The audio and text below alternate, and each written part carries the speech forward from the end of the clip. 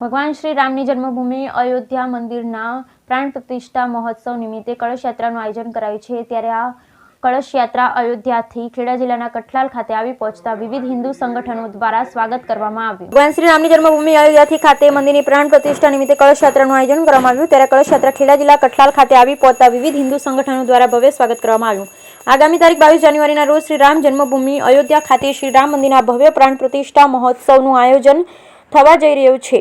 ત્યારે પ્રાણ પ્રતિષ્ઠા મહોત્સવની ઉજવણીના ભાગરૂપે સંતો દ્વારા દેશભરની જનતાને આમંત્રણ પાઠવવામાં આવ્યું છે।